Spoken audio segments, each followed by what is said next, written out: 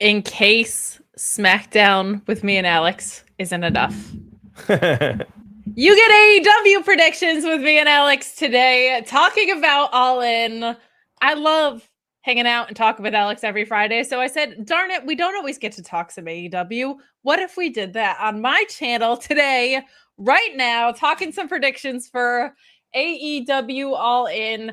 I gotta say, the recent support on my channel has been ridiculous. Thank you guys so much for the way you've showed out. My last two videos are like 3,000 and 2,000 views. Wow. I picked up hundreds of subscribers. You guys have been so amazing to me, but I can't do it all alone. I need some help. And so I'm joined today by Alex Cardoza, fresh off of a Superman viewing, I believe. How are you? How was the movie? Tell me everything. Great. It was amazing. I'm here for the all-in grifters and above. Like, I just, I'm here for everyone who wants to complain and wants to throw shade at me. That's it. The number one reason. No, I'm just here because I love, gosh, this whole week has been incredible for AEW and just everything that they're doing. The card looks phenomenal. Just the feeling. Overall, the company has really separated themselves from whatever was happening within the last year and a half to 2 years. So I'm really excited to see I think this is like a soft relaunch for them, especially because this is here in the States, right? We've been watching everything unfold for All In overseas. So, yeah.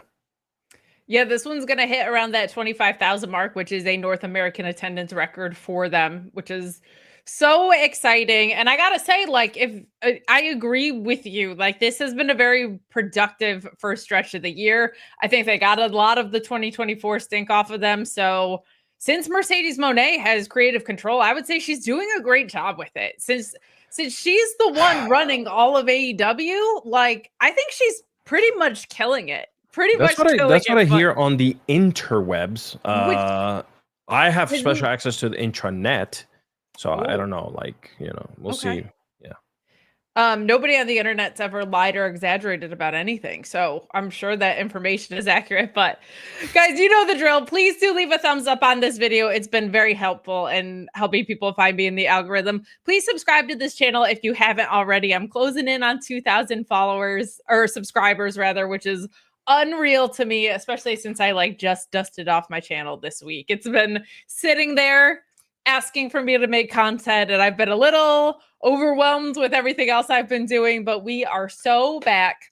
I also have a video coming up this weekend of WWE women's wrestlers that I feel like deserve a little more shine than they've been getting, and we're gonna release that ahead of Evolution, so stay out for that content because that is an awesome roster, and there's some people that I feel like with the right push could do some really, really cool work. So, but that's not for today. Today, one more sleep till All In, baby, and we are here to talk about some predictions. You said you feel like this card is like fire card. You feel like the product is at a good place. I'm inclined to agree with you.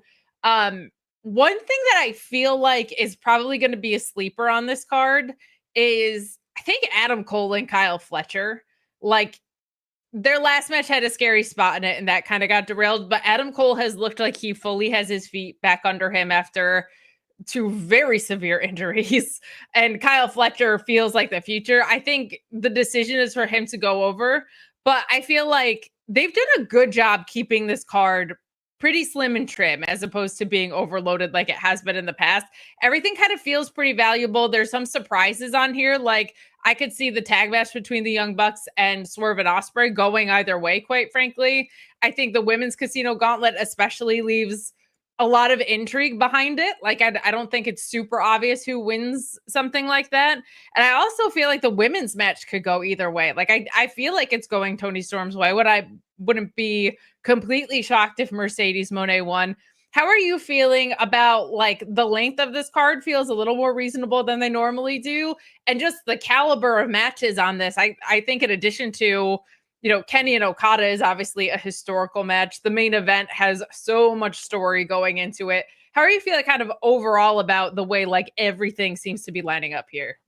Yeah. First of all, the fact that they're also, putting together a healthy women's card as well, right? Which is something that we always advocate for, and we want to push forward. But I think also on the other hand is like, sure, we'd love for all the women to have all the time in the world on television, but there have to be some meaning behind it as well, right? So like, I Sure. just don't want them to be put on TV just, oh, cool, they're gonna fight each other in a death match, and then that's it, right? We don't hear from them again. Like I'm in the belief that there should be some type of security there, like, oh, we're fighting because this is gonna happen, right?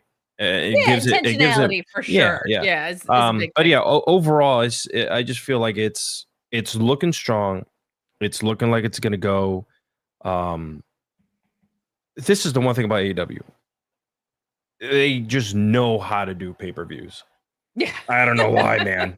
Like, they can have a bad string of dynamites, a bad string of collisions, but combat pay-per-view, you're getting massive quality.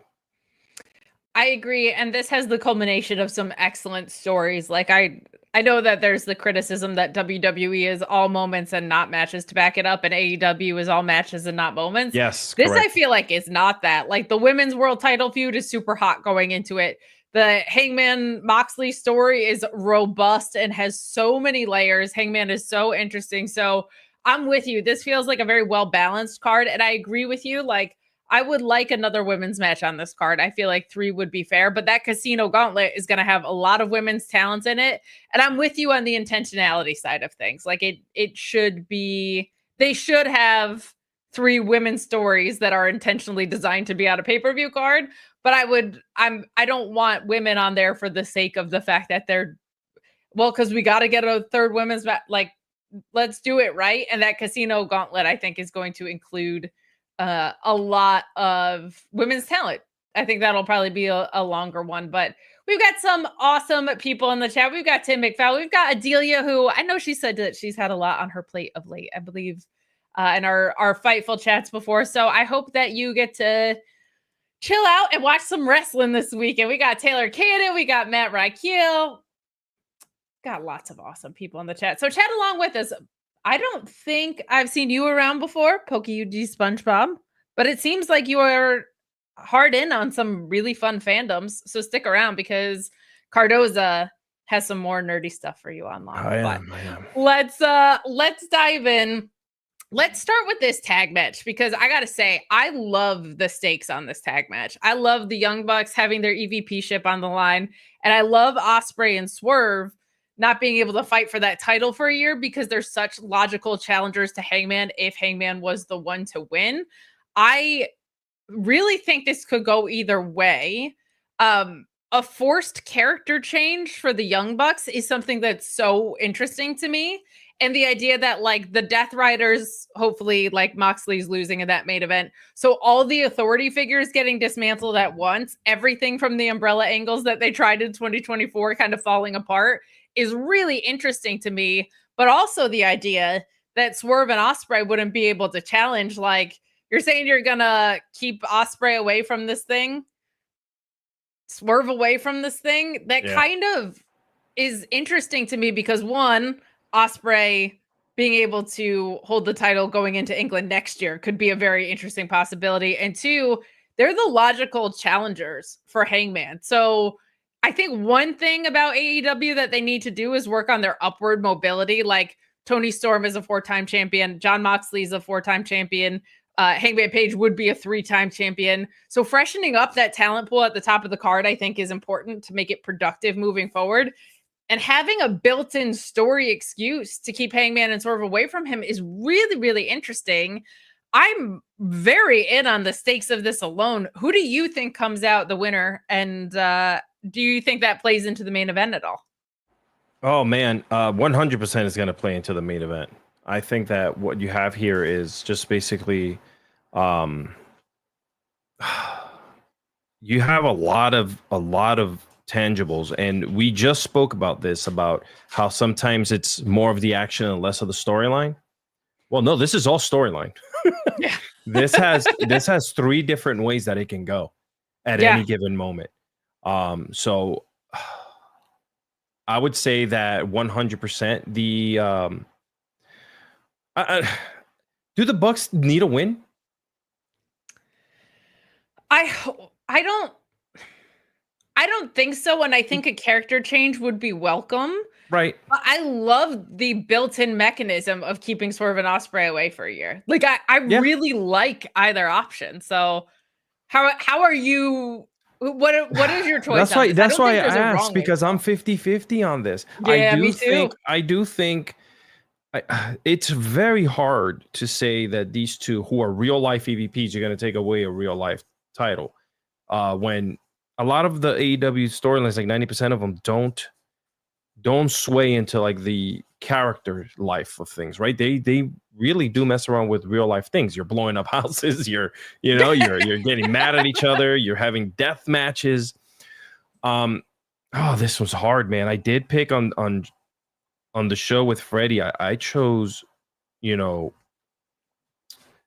I chose for them to lose, the Bucks. But now that we're talking about it, like, I'm on the fence, because where do they go? Why would they lose their EVP-ness? It's so interesting because, like, you could either dismantle all of the authorities or you could keep Swerve and Ospreay away for a year. I'm gonna say the Bucks win, just because I feel like Swerve not being able to challenge for the title and still coming out to support Hangman at the end is like such a pivotal thing. And I think there's something really interesting about Ospreay staying away from it until, like, basically right at that year mark next year. Like, when you're going into Europe, probably again. Man, this is kind of where I'm at. Who challenges? Let's say Hangman. We'll get to this later, but let's say Hangman does win, right?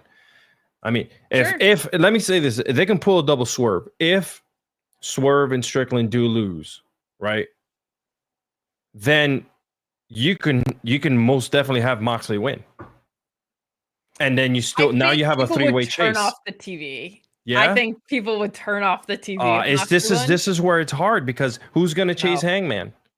MJF. If he wins, MJF, I think, is probably. We're going to talk about the Casino Gauntlet next. Yeah. Okay, but, I'm gonna stay. You know what? I'll go opposite of what I picked with Freddie. I'm gonna go with the Bucks on this one. It's gonna probably be a really shocker of a finish. A lot of dissension, maybe between Swerve and Ospreay, maybe, where that could lead into something for the next couple of months as well. They don't always see eye to eye. So yeah, I'm gonna go with the Bucks. This is hard. Freddie's gonna be like, "What are you doing?" Well, now you got your bases covered, because you could be like, "Well, I called it right on either show." So this is how I play it, friends. I play it right down the line. I'm either right or I'm either right. Okay, so let's just do it.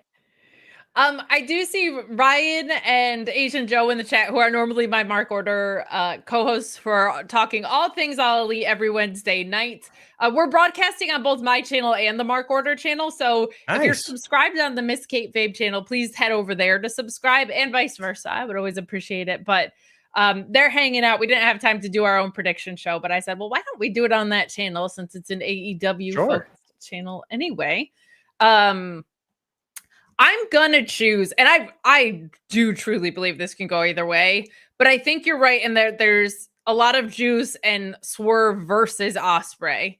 Yeah. So I'm gonna say they lose and they can't get on the same page about that. Yeah. And then Ospreay's probably winning the title this time next year. But I it's not like I would be shocked to see it go the other way. It's very cool to me that my expectations for the in-ring are insanely high, and the story, I'm like, chat was saying, like, it's 55-45.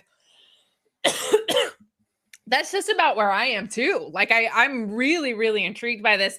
And I love the idea that the stakes are not, it's for EVP-ship. Like Ryan was asking that before. Swerve and Ospreay don't become EVPs. So it's not like, well, now we're EVPs so we can undo the stipulation. Like, they said, that's not what we want. Like, we want the fans to be the EVPs. Yeah. This is the deal. So I really, really like it. I really, really like it. More people piling in here. Thank you. I see Ricky Lynn, who's awesome, awesome, awesome human being that I probably owe 900 messages to, by the way. I'm so sorry. I'm so behind on all of my communication. Kenny Schaefer saying, thankfully, they have enough talent to fill the year if anything did go down. That's the other thing. Like, it's time to start making people. And I feel like The Moxley title reign fell short in doing that because it got so muddy and weird. But I feel like the Hangman one could get really, really interesting with helping make stars of the future. But let's talk about this men's casino gauntlet because that does set up a challenger. I think you hit the nail on the head, and the chat was saying the same thing. Like MJF probably wins this. There's probably interactions with Mystico in there, but we have an established but brief history between MJF and Hangman Page that was so great. And MJF basically had his like, MJF did nothing wrong. How can you forgive this guy for all of the things he did? But me over here, no way. Hangman getting his redemption and MJF circling back for that viciously is going to be nasty work. Nasty work. So I agree with you. I think he's probably the winner there. Maybe it's a triple threat with Mystico because there's obviously some relationship stuff that needs to continue with MJF and Mystico.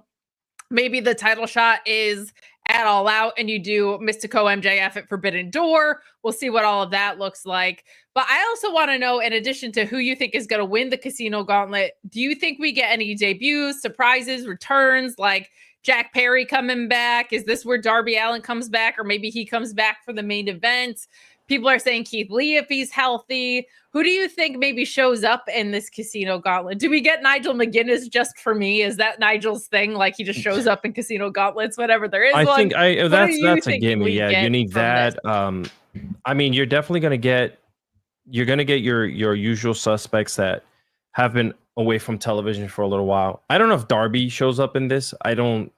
It wouldn't be a good idea to just kind of throw him into this because he's been gone for so long. I would rather really save him for something, more meaningful, right? Like you just said, like he left on such a high, right? To kind of just throw him into. I mean, the surprise element is cool, but then like, oh great, he got thrown out. What's next for him, right? Unless you're building a story, kind of like WWE does at the Royal Rumble, where they're actually setting stories within each match, right? Maybe you have that's what we get out of this. Yeah, maybe you have him come in, maybe you have Jack Perry come back, and there's a feud between Scorpio those two. Sky's a good shout too by Ryan here. Yeah, Scorpio Sky, yeah. Definitely, like you said, Keith Lee, perhaps maybe some names that have been out there floating around that are no longer on certain television shows that might show up just to show up and see where we could put them in, right? We got a lot of people out. We got the Adam Copelands of the world that are still out, like know, there's a ton, but MJF is my pick for this to win this. I also feel like with that above his head, you could also say that he would be more of a menace within the Hurt Syndicate, which could cause cracks, which could cause Bobby Lashley to be like, I told you about this guy and I'm gonna cost him this title. Right, like that's mine, kind of like getting jealous. So there's so much that can go into that, and each little section now could have their own little infighting, on their way to the top. I agree with you. I think Bobby Lashley being kind of jealous of MJF would be a good thing. Feels like someone's gonna have to cost someone with the Hurt Syndicate. Like MJF cost them those tag titles, or they cost him the Casino Gauntlet. Someone in that faction does perhaps, but. Adelia is saying she'd love to see Dijak or Bishop Dyer. I think they are both signed to MLW, but I would love to see that too. They're a really, really fun tag team though. I was watching some of their work the other day and I was like, damn, putting them together was a good shout. That is some fun stuff. Some fun stuff. Now, some people are saying like this. I heard a couple people say this, like, I want to see it be short with only 2 to 4 competitors, and then the women's one have like 25. I don't think it'll be that extreme, but it would be fun if the men's one was the shortest one possible. Like if MJF just pinned Mystico really fast, and like that would get so much heat because he'd pin Mystico super fast and Mark Briscoe would be left like unsatisfied and all of these things, right? Like there's so many different directions you could go, and just the fact that it would be that short, I feel like would get MJF a ton of heat just by nature of that. And I do feel like the women's one deserves a ton of time, but I think that could be super fun. Let's talk about this women's Casino Gauntlet, because I feel like the field is wide open. If it were me, it's Athena. I feel like Willow or Stat are certainly possibilities. I think you could have someone come in and just win it. I think like Athena coming in to win it would be my choice, but an Alex Windsor or someone like that. Isla Dawn is someone whose name has been reportedly 100%. of interest by Body Slam. I know you have a She shows up. I don't care what happens for the rest of the card. All right, I will shut it off and gladly go barbecue, go hang out. I mean, I love it. My night You're like, would have been it's made. the pinnacle for me. That's it. Is she your pick? Just with your heart? That's my heart and soul. You know, just to come in and just run the gauntlet. Get it? It's a gauntlet match. Run the gauntlet. Like, there's nothing better than having, you know, AEW, which I really like, a little bit more than pretty much any other television show, and then Isla Dawn just coming in like all spooky seasons. 60 days away, man. Like, okay, just roll, man. You also want the spooky version of her. I love that. I mean, she could come in as a brawler. I don't care. You know what I'm saying? But I'm all good. Voodoo Child saying Megan Bain seems to be a good shout. I would love that choice, and I would love that choice as long as she wins. Because one thing with this Toni Storm deal, I'm gonna say we'll talk about that match next. I think that Toni Storm retains, and this begins the downfall of Mercedes. I don't think this Toni Storm reign needs to go past like All Out. I think Toni Storm dropping at All Out to a Megan Bain and Athena, whoever, would be a really, really good call. My heart is with Athena because I would love for Athena to be able to turn to Mercedes and say, I did what you couldn't. I won the big one. You won all these other belts, but I won the one that you couldn't win. And then down the line, maybe a face Mercedes Moné is able to dethrone Athena, which I think could be really, really, really fun. Some people saying they'd love to see Stat win. I agree with that as well. Like, this interesting of her where she's not aligned with the Death Riders, but doesn't know if she's like a face or a heel, I think is really interesting. And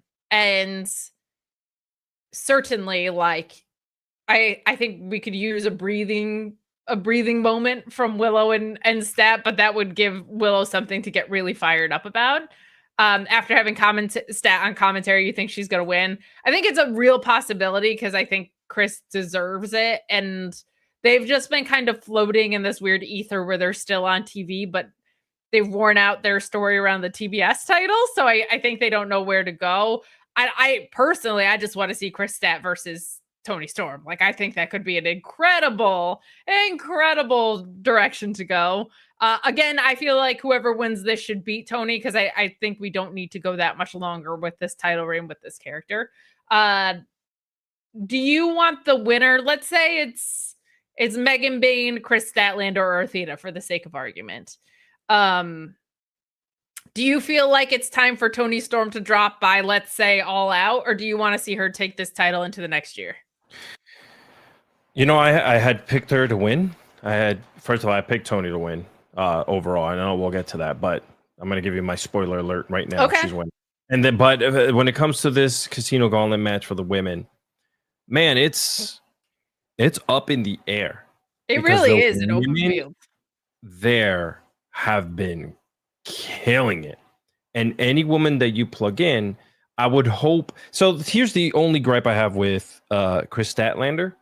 With Chris is like, you're going up against someone who can grab the mic and lyrically burn you with Toni Storm, right? She will like wipe you off the ground because she could really, like, the way she speaks, the promos that she's throwing at you, you got to have something to come back with. And Chris Statlander, as much as heart that she puts in when she's talking about something, she lacks, unfortunately, that next level, right? That next level of being able, to me, from when I see her, like, so like when Toni Storm went up against Mariah May, that back and forth was incredible. When Toni Storm went up against Mercedes right now, that back and Mercedes could talk. You give a mic to Mercedes, she's going to burn you as well. So I would like for Statlander to do that as well. Like, have to have a back and forth. Physicality is going to be great, but that story has to be told as well within like how you're going to talk with each other. So I mostly agree. I will say, like, I feel like the work she did with Willow was great. I don't know if it's that she doesn't have that next level. I just don't know if she's been afforded the opportunity to show it. So Probably. I think that could really be the case, but we've been talking around it. We've been dancing around it. So let's talk about Toni and Mercedes. I feel like this could go either way, but I feel like the story is Toni Storm retains, and this begins the productive downfall of Mercedes Moné. Like this one loss starts to have her unravel. And I think something that people underestimate about belt collector runs like Mercedes is on is how damn productive the downfall is. Because if you have 7 belts and then you're about to lose them kind of all in one foul swoop, that means when you're the caliber wrestler that Mercedes Moné is, you're going to be elevating all the talent that you drop to. Like there's so many people that like in all of these promotions that she like if she drops to somebody in CMLL at Forbidden Door, that's going to be the biggest stage they ever wrestle on, and it's going to make them a star probably. So I'm really like in the non-kayfabe sense looking very forward to the downfall of Mercedes Moné, because I think you're going to see a lot of women have their best matches ever while she starts to lose all of these.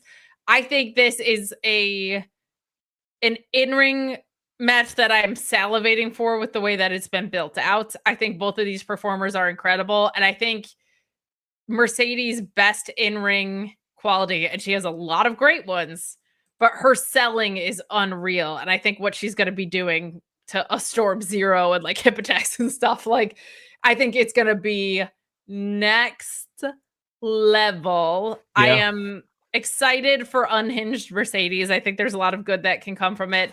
But I'm going to say that they've actually played the timing of this perfectly if Mercedes loses. I think it gets long in the tooth if she holds on to this for too much longer. Where's your head at? Yeah, same. Like there's no reason. Yeah, like she has these titles, she's bringing them over, she's elevating it by, being everywhere with them, right? She's showing face, but at the same token, she's already she hasn't reached that pinnacle, right? She hasn't reached the top, like, in real life, like character wise. Yes, she has all the belts. Now it's time to start bringing her down to life, right? Like being able to see that character do what she can do on the other side now. Yes, the climb has already been done. Now I want to see what's going to happen on the other side, what she can do with it, right? The anger, the anguish, the turning on people, stabbing people in the back, costing people titles because now she's pissed, right? Like I want to see that unhinged version, like you just said, that will kind of just give us an idea of what she and the company and her creative control that she has 110% of course, over the whole promotion, over the whole AEW company, CMLL, New Japan, MLW, all of them. WWE as well. WWE as well. Yeah, she still has that in her released contract. Her separation agreement. Her separation agreement. So I want to see what that's gonna do, because God, that'll be incredible. Plus, at that point, then you could also then funnel in other women talent to be part of this whole storyline. Where does it go? Who steps over her? Right? Like this doesn't mean that she's going to be, dead in the water and then 6 months from now sitting catering. No. This means that she could even then take a little break and have her momentous, like this giant comeback. Like you guys got to remember too, on the chat and everyone listening and watching, we have a string of AEW pay-per-views that are about to start here towards the end of the year. That'll end with Wrestle Dream, right? That's Wrestle Dream in December, if I'm not mistaken. World's End. I'm sorry, World's End. Wrestle Dream's in January. October. Yeah. Oh, is it October? I thought it was January. What, the end of the year? Wrestle Dream is fall. Fall. Okay. So yeah. So you do have World's End. World's End, historically, as of right now, has some insane things that have happened. So, I think this is her time to shine and show her story of what she can do. I think there's a very real possibility, like this time next year, a face Mercedes Moné is beating whoever beats Toni Storm this time of year. I think loses to Mercedes Moné this time next year. There's going to have to be a transitional, yeah, kind of like when we saw Swerve kind of make, not even though Swerve was a great champion, still is someone, you know, he held the title, or even a Samoa Joe or something like that. You know, we saw people kind of like hold titles, right? And then like months later, kind of just, here you go, right? Like that's not a bad thing. You're being inserted into television and pay-per-views and all that good stuff. I'm so intrigued. Like this women's gauntlet is the one that everybody seems to be a little hung up on. And I love that because they could also just have like, people are talking about, will Sheeta be able to come back? I know that one is probably dependent on her visa status. But like Ruby Soho has been training to get back in the ring. Her and Toni Storm have history. Like there's all these people that we've been talking about, Athena and Chris and Willow, but you could also just like have Harley Cameron win it. You know what I mean? And see what happens. Queen Amanada, right? Like there are people, Britt Baker, right? Maybe this is the I time thought about that too. Back. Yeah, like there's some interesting possibilities there. So I love that this one's wide open. I just hope that they make good use of it from like a time on the card and amount of talent perspective. But let's shift gears. We're coming down the home stretch. A lot more of you are watching now than we're at the beginning. So if you could please subscribe if you haven't already, that would mean so much. Feel free to leave a thumbs up as well. That really helps boost people in the algorithm, especially me, who is a tinier creator over here, getting my feet back under me as far as making my own content. But let's move into a match that has looked like a proven draw as far as selling tickets, because when they put together this incredible video package for Kenny Omega and Okada, tickets really started to move. And the fact that they have the chance to do this on American soil for an American crowd is so interesting. We're unifying the titles here. It's been reported by Fightful that is not meant to be a mid-card title. That's meant to be like a world title level title, which to me reads, one of these is mostly going to be on Collision. One of these is mostly going to be on Dynamite, without saying like there's a brand split. That's what that sounds like to me. This has some added intrigue because I feel like the answer is Kenny Omega, but they could just run this back again in Canada at All Out and have Kenny win it there. But I feel like it's Kenny Omega. We've waited forever for him to be able to get healthy. Like just do the thing at the biggest show of the year and have Kenny beat Okada. The crowd saying like Okada wins and shows he's still the Rainmaker, and that gives a heel champ for Swerve and Ospreay to go against. I don't hate that either. This is another one I feel like could go either way. I just think that the move is put it on the best bout machine. Let's maybe reset a little bit with Okada, because I think the ... bitch stuff has worn a little thin. I think we could use a bit of a refresher from Okada. But like, this is another one I could see going either way. If Okada does win, I think he loses to someone else at All Out, maybe a Swerve or an Ospreay. If Kenny wins, I think he holds a little bit longer, and much like Hangman, we just start racking up like more productive uses of title shots. I personally like when there's a balance of a face champion and a heel champion. That's just me. So I wouldn't be mad if Okada won. I just want to see something kind of fresher from him on the presentation standpoint.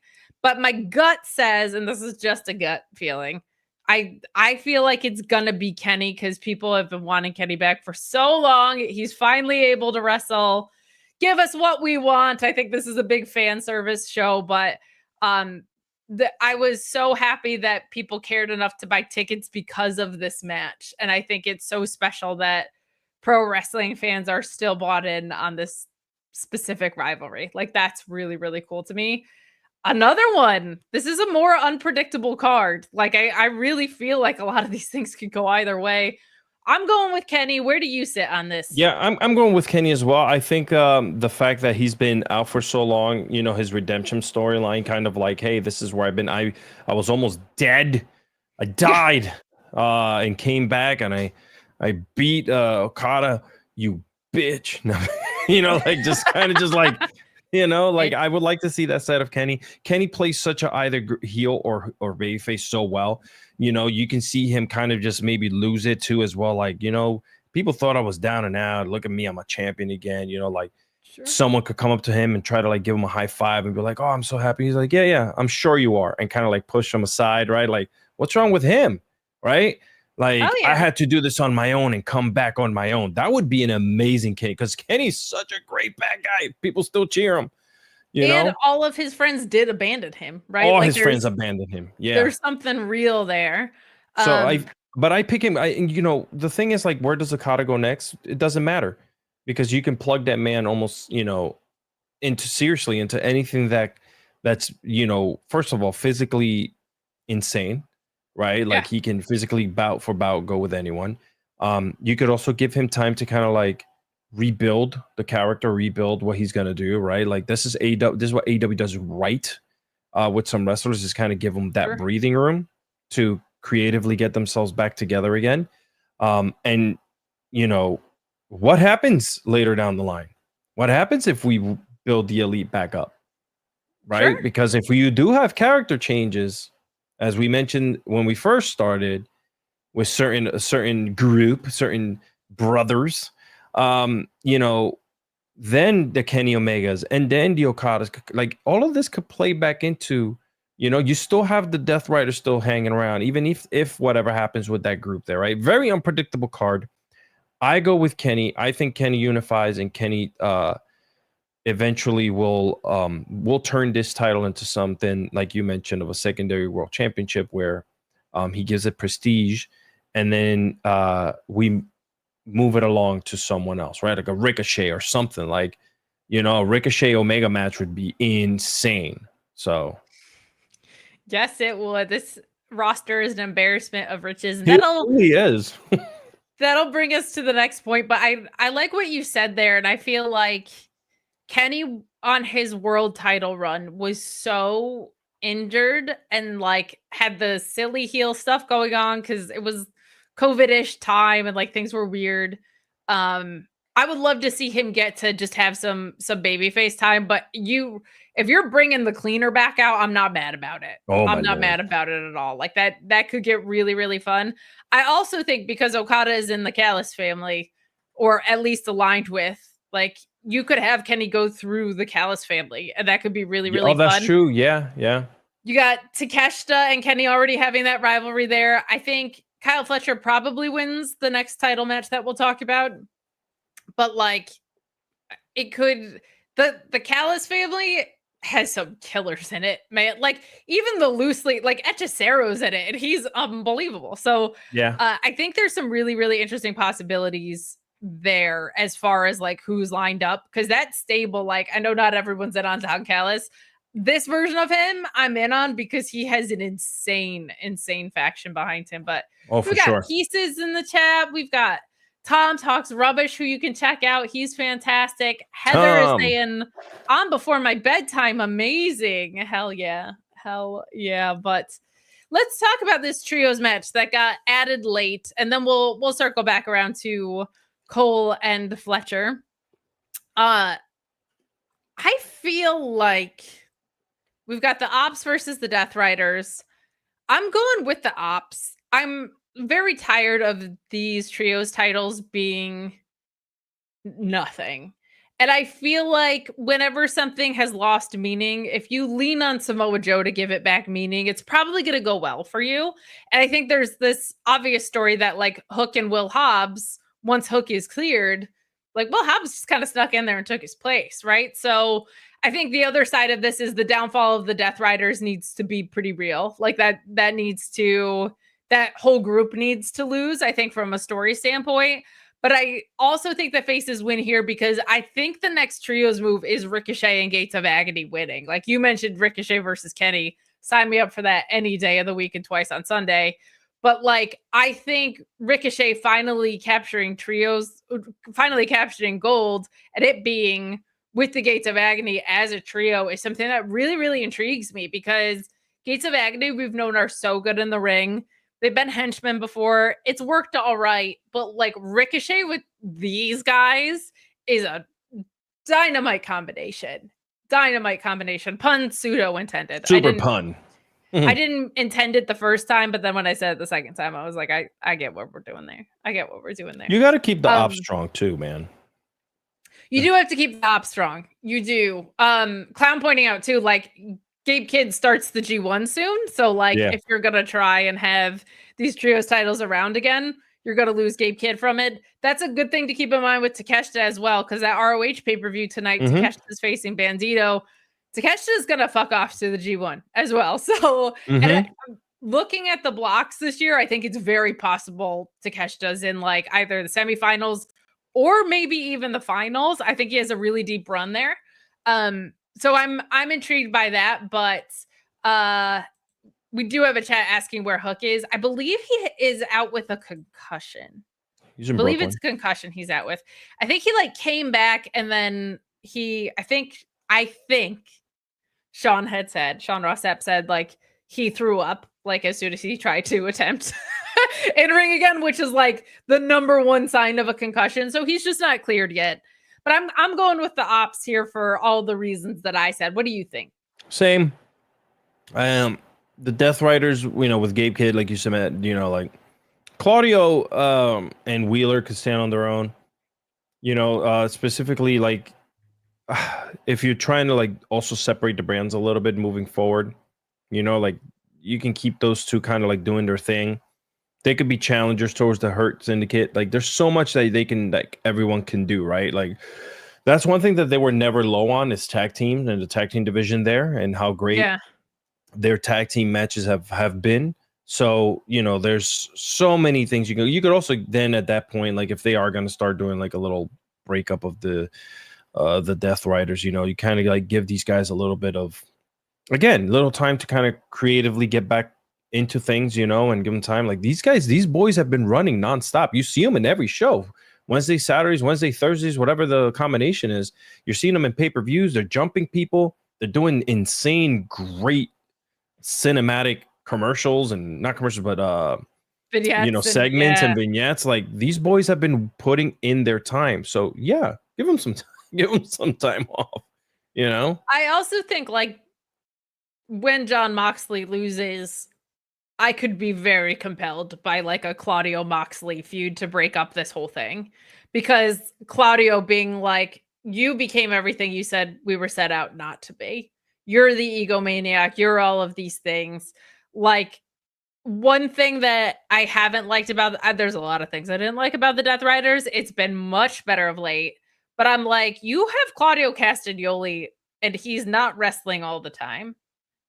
That's like if I had a promotion and Claudio Castagnoli was in it, the negotiating of how many dates that guy would be working would be ridiculous because he's incredible. I would love to see him, man, when he was like a dick heel with his suits and his coffee against Eddie Kingston, that was really compelling.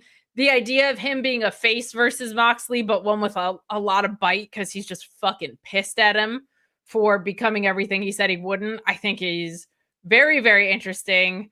Voodoo Child's picking up what I'm putting down, saying Claudio versus Mox, Yuta versus Mox. Like, you could do some really like productive stuff with the dismantling of the Death Riders as well. So I feel like that's another part of why they lose here is I think Claudio's got to have something to be pissed about. And then you can say what inning we're in, what inning the Death Riders are in, and then we can start, the Death Riders 2.0 and and we could continue bringing in that's all Alex had time for today. So we can bring in more Death Rider family members. Like you got Marina Shafir too, man. Like she's awesome. She's been out here calling everybody pussies. Yeah. Oh yeah, dude. Delicious. She's been like the it factor for the Death Riders. When I see the Death Rider, I want to see her out there. So where does she go? Like, I don't want to lose that either. There's so many things. Like, God, it's like every match we're talking about. Okay, cool. Let's give them time. But don't give them time. I don't care about their health. I want them to wrestle every week. I don't want them to go away. I'm sorry. I know there's a lot of wrestlers, but damn it. I get you. The Death Riders are interesting too, because we'll talk about it in a minute, but like they got long in the tooth too fast that the fact that they're doing really good work now feels like too little, too late. But we'll talk about that after we talk about this TNT title match. I looked at this card and said, this might end up being the worst match on the card, and I predict it'll be fucking great. Like, how crazy is that? That, like, Adam Cole versus Kyle Fletcher, which I think is going to be fucking fantastic, might still end up being, like, the least fun thing on the card because of what the rest of this card looks like. I think it's probably better than the tag match. We'll talk about that in a moment. But, like, I am actually very, very excited for this because I think people underestimate how good Adam Cole is at being A, selfless in the ring with a guy who doesn't need that much help in Kyle Fletcher, and B, like, he's just so good at executing the framework of a wrestling match that I think this is going to be, not that Kyle Fletcher needs help with it, but I do think this is going to be a really, like, star-making performance, and it's so easy to sleep on this because the rest of this card is stupid good. Yeah. And Adam Cole's been very quietly doing great work because I loved his match against Josh Alexander. Like, so I've liked it. I would love to see Adam Cole, who I love, lose, but get back to the Paragon and see them in that trios picture. Like, if Ricochet and the Gates of Agony did win, like, the Paragon as challengers for those guys, are you kidding me? Then that trios division is, like, so back. I think it's Adam Cole's time to lose, but I'm going to say this match is going to be so much better than anybody is really paying attention to it for because this card is stupid. So I get it, but, like, I really, really have a lot of faith behind this that I think it's going to be excellent. What are your thoughts on who wins this? And are you as excited for this match as I am? Because I really am. I have been. I probably have been more than you. I love me some Adam Cole. I'm glad that he's healthy. I love that Kyle Fletcher is getting that star and he's shining on his own and doing his thing, right? Like, it's incredible to see the maturation of a lot of these wrestlers in the last maybe 12 to 24 months here for AEW. You're kind of looking at this card, what, they're 6 years in, and now you're looking at All In now in 2025, and I'm like, bro, this is incredible. The amount of the talent, the stories, like, I know people like to the internet's stupid. So, you know, plain and simple. If you don't like that, you can DM me about it. But if you look at what they're doing on the surface, they're doing incredible work. Stories are being built in the ring within the fights, and then you take it out and you do your backstage vignettes. Like, I have a feeling, not to make this long on the tooth, is that I think Kyle Fletcher finally gets the gold. I think Cole needs to be grounded again, right? And kind of see where he goes with it, with his own team, right? Bring that back. He's always been great with a group. We saw him in NXT, how, I mean, amazing that was. So you kind of position him and put him in a place where he can go chase a group like the Ops. Like, what a great man. That's Samoa Joe and Adam Cole, bro. They'll kill it. Okay. Get out of town. Yeah, that's a good call. So there's a lot there. Let's not remember these two have history. Okay. Sure. So, like, let's they both are cut from the same cloth, basically. And that cloth is now owned by AEW as well. So and Mercedes Moné. And Mercedes Moné, who's 100%. From what I heard, she has 100% ownership of AEW. Don't know if it's true, but I do think so. My sources told me.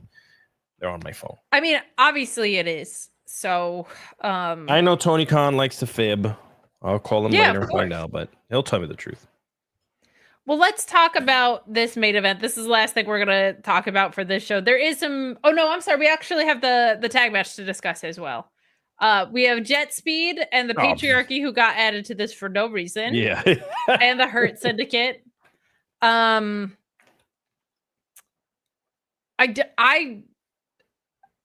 wish I cared more. Like, I thought FTR was getting added to this with the collision angle, but they're just using that as an excuse to run back. What was it? Don't get me wrong, a fantastic match with the Outrunners. And I really appreciate that FTR is doing some incredible heel work. I like this version of Stokely. And I like that this tag division that's needed help outside of the title picture is getting it in the form of the Young Bucks and FTR. They stopped leaning on them having titles as a crutch. And I think that's very productive. And I think more people need to talk about that. But I thought they were going to get added to this so that there was more of a possibility that the Hurt Syndicate lose here. The Patriarchy, these guys haven't wrestled, I don't think, together since December. It feels like to me, maybe Adam Copeland comes back to this to cost the Patriarchy. I don't know if that means that JetSpeed is winning. Does MJF cost the Hurt Syndicate? I don't know. I'm going to say the Hurt Syndicate retain here because I think ultimately MJF costs them, but I don't think we're at that point yet. I even think JetSpeed might be the ones to beat them, but I think that they have to do it one-on-one. And even though they're overmatched, MJF costs them later, like at All Out, something later. I wouldn't be surprised if JetSpeed won because I think they are anxious to get this tag title picture like fresh and feeling good again. But I'm going with the Hurt Syndicate retain. Where do you stand on this? Yeah, I'm 100% sticking with the Hurt Syndicate. You know, MJF right now has a storyline to build. I don't think it's in the cards right now for him to try to cost anything. Their friendship together is still new, right? It's still in the honeymoon phase. Like, they've already had a lot of dissension in the past. They already fought each other, and him trying to even join the group. Right. We don't need to kind of break that apart just yet. Let them cook, as the kids like to say nowadays. I think this possibility though, because this crossed my mind too. The Hurt Syndicate don't have to lose their titles by getting pinned when it's a triple threat, right? So JetSpeed could pin Christian, which leads to Nick turning on Christian and Cope's return. You could see the Hurt Syndicate lose here, and that lead to Bobby Lashley, especially, but both of them getting jealous that MJF has this singles title shot coming up. So they could use it as a catalyst to break things up. Like, I like that possibility. I just don't know if we're there that quickly. I'll say that much. Yeah. And, honestly, I think that what's going to happen is Knight and Bailey will continue doing their thing. They're going to go off to do their thing. But I do believe that the Patriarchy is going to have problems. This is when we see, perhaps Christian Cage, Yeah, this is where it's going to happen. I hope so. And I won't be able to cope otherwise. Huh? Won't be able to cope. Let's not do that. I also think the important thing to remember in this is I haven't heard anything, but gut feeling says that Mercedes Moné really likes the Hurt Syndicate, so they're just going to keep the titles on them because it's at the end of the day her call. You know what I mean? Yeah, for sure. That's what I think. Well, who does Mercedes Moné like more, Jon Moxley or Hangman Page? That is the question, because we are here to talk about our main event. We're going to wrap up here shortly. I'm still here. Sorry. I'll give me 1 second. No, that's okay. No. Yeah. Continue talking. I'm sorry. We are going to ask you to please leave a thumbs up if you haven't already. One more time, please subscribe if you haven't already. That is the last we will bug you about the laundry list of things, but your support has been incredible so far. Hangman Page, Cowboy Redemption Arc. I feel like this is the obvious win, and there's no need to get cute about it. I think this gets overbooked in the most delicious way possible. I think you have maybe Eddie Kingston run off Gabe Kidd if he's able to walk at all, which it looks like he is. I think you have, because again, Gabe is going away to do the G1. So you can have that happen, put it on the back burner, revisit it when it's time. I think Bryan Danielson comes back to run off Wheeler Yuta. I think Sting and Darby come back to run off the Young Bucks if they're going to help. There's a lot of possibilities in here, but at the end of the day, Hangman has to win for so many reasons. I do think like the first time Hangman won, and the Young Bucks gave him a nod. I think Swerve comes out to give him a nod in this as a nice little like callback touch because Swerve has to be involved somehow. I think last night's Collision segment was like unfucking believable. I was so in love with everything that they did. And it was just like two chairs in a locker room. Like, and two of the very best performers in the world. But this is Hangman redeeming himself. This is Anxious Millennial Redemption. I'm intrigued to see who you think could come back in the main event to run off who.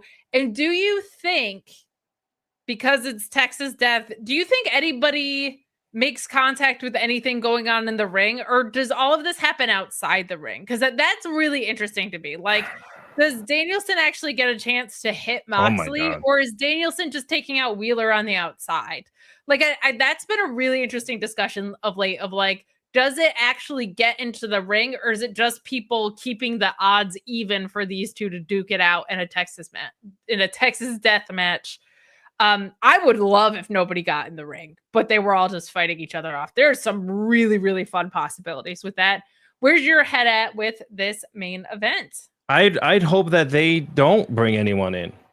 I would want this to be a traditional, hey, 1v1, 1v1, bro. Okay, we fight it out, death style. We beat the living.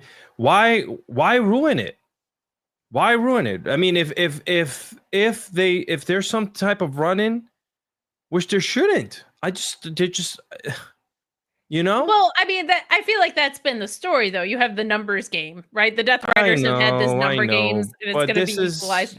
You know, like have Claudio be like, "Nah, Yuta, we staying back here, bro." Have that dissension start happening, right? Like, you know, like he can do this on his own, right? You know, but eventually, I don't think that's the story they've told. I know. But I understand if that's where your heart's at. That's where my heart's at. We know what's gonna happen. We know there's gonna be run-ins, right? Hell, then you bring in the Cavalry, bring in, you know, Danielson, bring in Eddie Kingston, bring in Adam Copeland, bring in Keith Lee. Like, you might as well just bring in the whole freaking gauntlet and have 60 men, 30 on 30 around the ring while these two just beat the crap out of each other. Everyone's like, I know. You got to be so for real. I think the happy medium of satisfying the story you've told and letting the match breathe is they don't affect the in-ring. They just affect each other from altering the in-ring. Yeah, so, like, sorry guys. I don't want to be negative or anything. I just wish that, you know, it wasn't done that way. Look at that. It's so interesting too, because they have such a personal rivalry within itself that started a couple years ago that I understand what you're saying of like that satisfaction of the two of them just beating the shit out of each other in Texas Death. But like, I do think you gotta have an answer for these guys who have had all these evil friends coming around. So we will see. Heather said, but have you considered that I miss Eddie Kingston and I need him back already? I know. Sorry. Just, I understand. But you know, it is All In. I wish there was 60,000 people. I've seen a Rangers game in there. It holds a lot, you know, so I wish like everyone was in there about to see what was going to happen. But if it's only going to be a certain amount, then don't bring in an endgame style. I'm just kidding. What are they doing with 20,000 people? Small ass crowd of only 25,000 people. That's it? In a stadium? Are you kidding me? AEW in the mud. Well, we promised you grifting, so there you go. We're at it right at the end of the show. I got a text from that guy in New York told me to grift. So. I think you got a text from Mercedes Moné who told you. She has total like control of my cell phone plan. Yeah. So it's true. Same. I just checked my Instagram messages. It's all just like stuff that she said. So that I think is the name of the game. This is gonna be a card that's booked by Mercedes Moné. We'll see how she does. We'll see how our predictions hold up to what Mercedes Moné has planned, as she has control over this whole promotion. But Alex, it's All In weekend, baby. That's it for me. It's All In weekend, baby. I'm all in. Well, let's talk about where else you are all in because we're going to talk some SmackDown later tonight on the Fightful YouTube channel. But you've got a lot going on outside of I got a lot going on. My channel, Fightful, everything you're doing. Outside of wrestling, you're doing some millennial nostalgia content. There's a lot going on in the world of Cardoza. Well, I do have a little, 5-minute show that I do 3 times a week called This Is Fine, a Millennial Diary. Today's was about like breakups and the way people break up. Oh wait, yesterday's. They come out Tuesday, Thursdays, and Saturdays. And it was about like, how you deal with how you are being ghosted in today's age, right? Back in the day, we kind of just like, we lost touch, that's it. But now, because people are so connected, they're like, oh, looking at their thing. They see them, you're online. I could see that you're online, but you're not messaging me, blah, blah, blah. Some probably grifter that watches me on Fightful wrote, maybe if you lose some weight, you wouldn't be on here talking about and crying online about what women do to you. I'm like, what? This was totally not it. You took a 15-second clip that I put online without listening to the entirety of the show. Clicking on the link, listening to the show about what I was talking about, what millennials are going through. You decided to take those 15 seconds and throw it at me. Sure, kid. I'll go lose some weight and maybe if I show you the picture, but I'm not going to do that to him because I can, and I have people in powerful places with quadrillion more followers than me that wouldn't mind also posting it for me. Thank you, Adelia. I appreciate you.